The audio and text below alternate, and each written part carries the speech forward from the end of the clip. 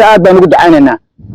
iyagoo kulli waalid noo ducada iyagu xaq u leh aad baan ugu ducaynaa ilaahay barakeeyo loo duceeyeen ilaahay baa mahad leh maasha Allah beelweynta reer fiqishini cayr habar gadir ayaa saakalaas cana soo gaarsiisay wajigii labaad ee deeqa xoolaha kaasi ay ugu talagaleen xoojinta halkan ka socda gobolada SSC gaar ahaan magaalada Laascaanood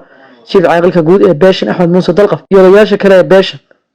ayaa deeqdan oo isugu jirtay geel iyo ari baa waxay ku wareejiyeen guddiga 330 ah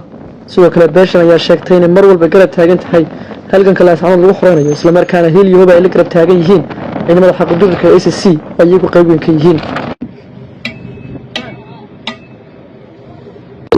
maanta waxaan wareejinaynaa xoolihii deegaanka ka soo yimid qararo ee reer Fiqishini oo geed iyo ariba leh waa dambeeyaan insha Allah waa lagu hayn jiraa hadda deegaanada reer Fiqishini deegaanay waa baaxsan yihiin hadda dhinaca hawskan xoolahan ka keenay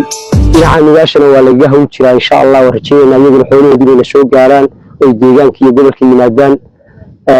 كان إن شاء الله ما أنت وحنا في رتينا بدي صدر يصدح ذاهي متقنا أقابل سويد حولها أنا وريتشينا يلنا وريجي بدي ذا كتر سن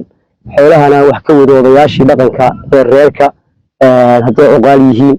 يهدي بدون يدقنا رتها ولا صعبنا